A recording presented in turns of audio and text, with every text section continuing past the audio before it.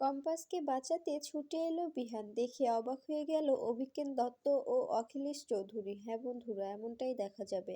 বিস্তারিত জানতে ভিডিওটি না টেনে সম্পূর্ণ দেখতে থাকুন। গল্পের শুরুতেই দেখা যাবে মোনালিসা নার্সদের কাছে কাকুতি মিনতি করতে থাকে আর বলতে থাকে, প্লিজ আমাকে ওর সঙ্গে একটু দেখা করতে দিন।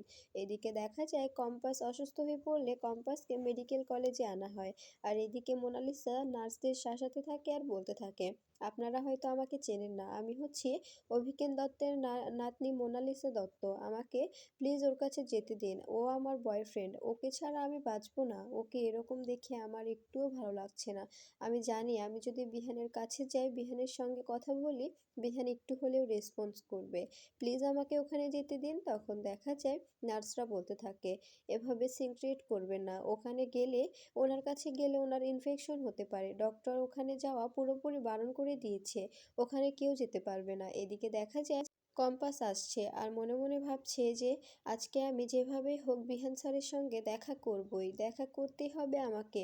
বিহান স্যারের অবস্থা কেমন, কী রকম আছে উনি, সবটা আমাকে জানতে হবে, আমাকে জানতেই হবে। এদিকে দেখা যায় বিহান বিছানায় শুয়ে শুয়ে ঘুমোচ্ছে। এরপরে কম্পাস কম্পাস বিহানের ক্যাবিনের সামনে দিয়েই চলে যায়, কিন্তু কম্পাস কোনোভাবে বুঝতে পারে না যে সেখানে বিহানকে রাখা হয়েছে। এরপরে দেখা যায় এদিকে অখিলেশ অনেক কথা বললে তখন ঋতুজা বলতে থাকে, শোনো অখিলেশ, তুমি যে এত কথা বলছো এগুলো কথা পুরোটাই ভিত্তিহীন। কারণ তোমার এত বড় ক্ষমতা নেই যে তুমি আমাকে বলবে ঋতুজা তুমি বাড়ি থেকে বেরিয়ে যাও। কারণ কারণ তুমি খুব ভালো করেই জানো, কারণ এ বাড়িটা শুধু তোমার নয়, এ বাড়িতে আমার ছোটর তোমাদের দু ভাইয়ের মতো সমান অধিকার আছে। এ বাড়িটা আমার শ্বশুরমশাই আমাদের চারজনের মাঝে সমান ভাগে ভাগ করে দিয়ে গেছে। তাই আমাদের দুজনের অধিকার থেকে আমি বলছি তুমি কিচ্ছু করতে পারবে না। আর তুমি বলছো যে আমাকে বের করে দেবে, আমার একটা ভাগ আছে, তার সঙ্গে তোমার ভাগেও আমি তোমার ওয়াইফ হিসাবে তোমার ভাগেও আমার অধিকার আছে। তাই তুমি কিছুতেই আমাকে বাড়ি থেকে বের করতে পারবে না। আর আমার আমার আমার জায়গা থেকে আমি আমার বড় বৌমা আর বড় ছেলেকে বাড়িতে রাখবো, এর জন্য তুমি কিচ্ছু করতে পারবে না। কারণ এখানে এখানে শুধু তোমার কোনো অধিকার নেই, বুঝতে পেরেছো? আর তুমি যে এতটা নীচ আমি কখনোই ভাবতে পারিনি। তো আমরা আমরা দুজন কম্পাসকে সঙ্গ দিয়েছি বলে তুমি আজকে বড় বৌমাকে ব্লেম দিচ্ছ, বড় বৌমাকে বাড়ি থেকে বের করে দিতে চাইছো। ছি অখিলেশ, নিজের স্বার্থ হাসিল করার জন্য আর কি কি করবে বলো তো? নিজের স্বার্থ পূরণ করার জন্য আর কতটা নিচে নামবে তুমি? একটু যদি বলতে তবে আমার জানতে সুবিধা হতো, বুঝতে পেরেছো? এদিকে দেখা যায় অফিসার ডক্টরকে বলতে থাকে, ওনার ওনার রুটিন চেক আপ করতে এনেছি, একটু চেক আপগুলো করে দিন, আমাদের রিপোর্টগুলো চাই। তখন দেখা যায় ডক্টর বলতে থাকে, ঠিক আছে, একটু সময় লাগবে তো, আপনারা বাইরে গিয়ে বসুন, ওনাকে রেখে যান, আমি চেক আপগুলো করেই আপনাদের রিপোর্ট সহ ওকে দিয়ে দিচ্ছি। এরপরে দেখা যায় অফিসাররা বাহিরে গেলে তখন ডক্টর কম্পাসের প্রেশার মাপে। এরপরে কম্পাসকে বলতে থাকে, তুমি তো কম্পাস ভৌমিক তাই না, বিহান চৌধুরীর ওয়াইফ? তখন দেখা যায় কম্পাস বলতে থাকে, আপনি আমাকে চিনেন? তখন দেখা যায় ডক্টর বলতে থাকে, হ্যাঁ চিনি তো, তোমাকে আমি অনেক ভালো করেই চিনি। তুমি তো তোমার স্বামীকে মারার অপরাধে জেল খাটছ তাই না? তখন দেখা যায় কম্পাস বলতে থাকে, বিশ্বাস করুন এই সব কিছু মিথ্যে, আমাকে ফাঁসানো হয়েছে, আপনি প্লিজ বিশ্বাস করুন। তখন ডক্টর বলতে থাকে, আমি জানি, আমি বিশ্বাস করি যে তুমি এমন কোনো কাজ করতে পারো না। কারণ কারণ তুমি তোমার মাকে বাঁচানোর জন্য যেগুলো করেছিলে আমি সবটাই দেখেছিলাম, আমি সেখানে ছিলাম। এদিকে দেখা যায় ঋতুজা অখিলেশকে বলতে থাকে, শোনো অখিলেশ, আমি তোমাকে চ্যালেঞ্জ করছি, আমি কম্পাসকে ওখান থেকে ছাড়িয়ে আনবই। আর যারা যারা দোষী, তোমার ওই অভিজ্ঞান দত্ত, তুমি তোমার তোমার পাপের সঙ্গ দেওয়া মানুষগুলো সবাইকে আমি একসঙ্গে সবার সামনে আনবো, টেনে হিচড়ে সবার সামনে তোমাদের পর্দা ফাঁস করব। আমি তোমাকে এটা বলে দিলাম। তখন অখিলেশ বলতে থাকে, ঋতুজা তুমি কিন্তু এবার বাড়াবাড়ি করছো, এতটা বাড়াবাড়ি করা কিন্তু ঠিক হচ্ছে না তোমার। তখন দেখা যায় কিঞ্জল বলতে থাকে, প্লিজ দাদা, প্লিজ বৌদি, তোমরা এতটা বাড়াবাড়ি করো না। যে অপরাধী সে অবশ্যই শাস্তি পাবে। কম্পাস যদি অপরাধী না হয় তবে কম্পাসকে নিশ্চয়ই ওরা ছেড়ে দেবে, আর যে অপরাধী সে তো 100% সাজা পাবে। কম্পাস যদি সত্যি অপরাধী হয় তবে তো কম্পাসকে সাজা পেতেই হবে। আমাদের ছেলেটাকে এভাবে শেষ করার সাহসও কোথা থেকে পায়? তখন ঋতুজা বলতে থাকে, শোনো শোনো ঠাকুরপো, আমি তোমাকে বারবার বলছি কম্পাস এসবের মধ্যে নেই। কম্পাস বিহানের কোনো ক্ষতি করতে পারেই না। কম্পাসকে ফাঁসানোর জন্যই আমার ছেলেটাকে ঘুঁটি হিসাবে ব্যবহার করা হয়েছে। আমার ছেলেটাকে তার জীবন দিতে বসেছে, আমার ছেলেটার জীবন নেওয়ার চেষ্টা করা হয়েছে। এটা আমি কিছুতেই মেনে নেব না। এসবের সঙ্গে যে যে যুক্ত আমি তাদেরকে একজন একজন করে খুঁজে বের করব, আর সবাইকে শাস্তি দেব। আর অখিলেশ চৌধুরী, তোমার দিনও বেশি দিন নেই, আমি তোমাকে বলে দিলাম, বুঝতে পেরেছো? আমি তোমাকে চ্যালেঞ্জ করছি যে কম্পাসকে আমি ছাড়িয়ে নিয়ে এসে তোমাদের আমি কম্পাসের জায়গায় রেখে দিব, আর তোমাদের জায়গাটা বুঝিয়ে দেব যে তোমার আর অভিজ্ঞান দত্তের জায়গাটা কোথায়। আমার ছেলের এত বড় ক্ষতি করার প্রতিশোধ তো আমি অবশ্যই নেব, আমি বলে গেলাম। এই বলে ঋতুজা চলে যায়। এরপরে দেখা যায় এদিকে ডক্টরকে কম্পাস বলতে থাকে, আচ্ছা ডক্টর, আপনি তো জানেন আমি এসব করতে পারি না, কিন্তু বিহান স্যারের কী খবর আপনি তো জানেন তাই না? বিহান স্যারকে তো এখানেই রাখা হয়েছে। তখন দেখা যায় ডক্টর বলতে থাকে, হ্যাঁ, বিহানকে আমি ট্রিটমেন্ট করছি, এই জন্যই তোমার সঙ্গে কথা বলছি। তখন দেখা যায় কম্পাস বলতে থাকে, প্লিজ আমাকে একটু বিহান স্যারের খবরটা জানান না, আর ওনার রিপোর্টটা আমাকে একটু দেখতে দেবেন। আমি দেখতে চাই কোন কেমিক্যাল থেকে ওনার এমন হয়েছে, আর আর উনি কতটা সুস্থ আছেন আমাকে প্লিজ একটু জানান। তখন ডক্টর বলতে থাকে, বিহান চৌধুরী কোমায় চলে গেছে, এই জন্য এখানেই রাখা হয়েছে। ওর কেবিনে কাউকে অ্যালাউ করা হয় না, কিন্তু আমি তোমাকে বিশ্বাস করি, তোমাকে আমি ওর ক্যাবিনে অ্যালাউ করব। এদিকে দেখা যায় মোনালিসা নিজের ড্রাইভারকে খুঁজতে থাকে আর বলতে থাকে, ড্রাইভারকে তো বলেছিলাম এখানেই থাকতে, তবে কোথায় গেল?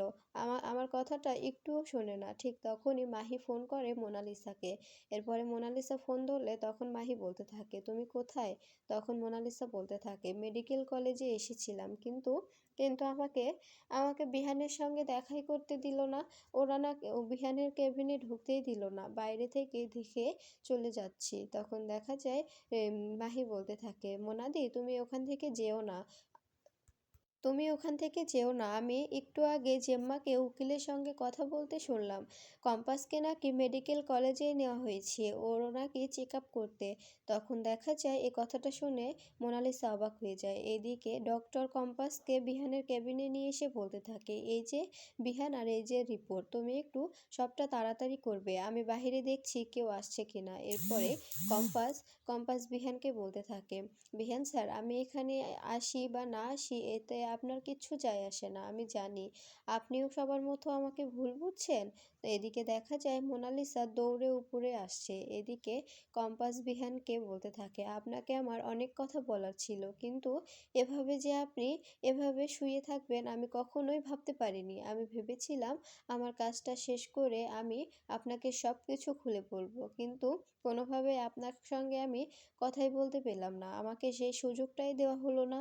এরপরে দেখা যায় কম্পাস কাঁদতে থাকে, সেই কম্পাসের কান্নার চোখের পানি বিহানের হাতে পড়লে বিহানের হাত একটু একটু করে নড়াতে শুরু করে। এরপরে দেখা যায় কম্পাস অনেক কথা বললে বিহান সব কিছুই শুনতে পায়, কিন্তু কিন্তু কথা বলতে পারে না। এরপরে বিহান আস্তে আস্তে রেসপন্স করতে শুরু করে। কম্পাস বলতে থাকে, আপনি কোনো চিন্তা করবেন না, আপনাকে আমি যেভাবেই হোক সুস্থ করে তুলবো। আমি আমি দরকার হলো আপনার জন্য অ্যান্টিটিউড তৈরি করব, আর আপনাকে সুস্থ করে তুলবো, আপনি একদম চিন্তা করবেন না। এরপরে দেখা যায় কম্পাস বিহানের রিপোর্ট দেখে সবটা নোট করে নিতে থাকে। এদিকে ডক্টর পাহারা দিচ্ছে। কম্পাস সব কিছু একটা কাগজে নোট করে নিতে থাকলে এদিকে দেখা যায় অখিলেশ অভিজ্ঞান দত্তকে ফোন করে বলতে থাকে, আপনারা এতটা কাঁচা কাজ কী করে করতে পারেন? এত কিছু করার পরেও আপনারা একটা সামান্য কাজ করতে পারলেন না? মোনালিসা, ওই তো বাচ্চা মেয়ে, ওকে কেন পাঠিয়েছিলেন? আর কাউকে কি খুঁজে পাননি? তখন অভিজ্ঞান দত্ত বলতে থাকে, সে সময় আমি এত তাড়াহুড়ার মাঝখানে আর কাকেই বা পেতাম? এত বিশ্বস্ত মানুষ কোথায় পেতাম? আর মোনালিসাকে দিয়ে করিয়েছিলাম বলেই ও পেরেছিল, অন্য কেউ পারত না। এরপরে দেখা যায় অখিলেশ বলতে থাকে, এখন কি করবেন? তখন অভিজ্ঞান দত্ত বলতে থাকে, এবার যেভাবেই হোক অভিজিৎ ভৌমিককে আমার হাতের নাগালে আনতেই হবে। অভিজিৎ ভৌমিককে দিয়েই আমি কাজটা শেষ করব। আর আর তুমি কম্পাসের মাকে ওখান থেকে সরানোর ব্যবস্থা করো। এরপরে অখিলেশ বলতে থাকে, এটা কোনোভাবেই সম্ভব না, কারণ কম্পাসের মাকে যেভাবে পাহারায় রাখা হয়েছে সেখান থেকে কোনোভাবে কম্পাসের মাকে বের করা সম্ভব হবে না। তখন দেখা যায় অভিজ্ঞান দত্ত বলতে থাকে, তুমি যেভাবে হোক চেষ্টা করো, দরকার হলে তোমার বড় বৌমাকে পটানোর চেষ্টা করো। আর আমি এদিকে অভিজিৎ ভৌমিকের খোঁজ লাগাচ্ছি। আর আর কম্পাসকে এর আগে কম্পাসকে একটু ঘাঁটিয়ে দিই, তাই না? কম্পাসকে মিনিমাম 10 বছরের জেল তো খাটতেই হবে। কম্পাসকে আগে অভিজিতের জীবন থেকে সরিয়ে দিই, তবে দেখি দেখি অভিজিৎ ভৌমিক শক্তি পায় কোথা থেকে, তখন অবশ্যই ভয় পেয়ে সব ফর্মুলা আমাদের হাতে তুলে দেবে। তখন অখিলেশ বলতে থাকে, যেভাবেই হোক ফর্মুলাটা কিন্তু আমাদের চাই, না হলে আমাদের ওই অর্গানাইজেশনে যদি আমরা এটা জমা না দিতে পারি তবে কিন্তু আপনাকে আর আমাকে দুজনকেই ওরা শেষ করে দেবে, কথাটা মাথায় রাখবেন। তখন অভিজ্ঞান দত্ত বলতে থাকে, এই ব্যাপারটা আমাকে বুঝতে দাও এই ব্যাপারটা। তুমি শুধু কম্পাসের মাকে ওখান থেকে সরানোর ব্যবস্থা করো। এদিকে দেখা যায় মোনালিসা দৌড়ে বিহানের ক্যাবিনে চলে আসে, আর সেখানেই সে ডক্টরকে বলতে থাকে, এখানে কি কম্পাস এসেছিল? তখন ডক্টর বলতে থাকে, কই না তো, কম্পাস তো এখানে আসেনি, কম্পাসকে তো ব্লাড টেস্ট করানো হচ্ছে, ও তো ওই রুমেই আছে। তখন দেখা যায় মোনালিসা বলতে থাকে, ও আচ্ছা। এদিকে দেখা যায় কম্পাস লুকিয়ে রয়েছে। এরপরে ডক্টর বলতে থাকে, আপনাকে এখানে কে অ্যালাউ করলো? আপনি এভাবে এখানে ঢুকলেন কেন? এখানে তো পেশেন্ট আছে, বুঝতে পারছেন না আপনি? ওনার ইনফেকশন হয়ে গেলে তখন এই দায়ভার কে নেবে? তখন মোনালিসা বলতে থাকে, সরি ডক্টর, আমি চলে যাচ্ছি। এই বলে বিহানের দিকে তাকিয়ে বিহানকে ছুতে যাবে, ঠিক তখনই ডক্টর মোনালিসাকে বলতে থাকে, প্লিজ এরকম করবেন না, আপনি এখান থেকে যান। এরপরে মোনালিসা চলে গেলে তখন কম্পাসকে ডক্টর বলতে থাকে, কম্পাস তোমার কাজ হয়েছে? তখন কম্পাস বলতে থাকে, হ্যাঁ ডক্টর, আমার কাজ হয়েছে, আমি এবার সবটা সামলে নিতে পারবো।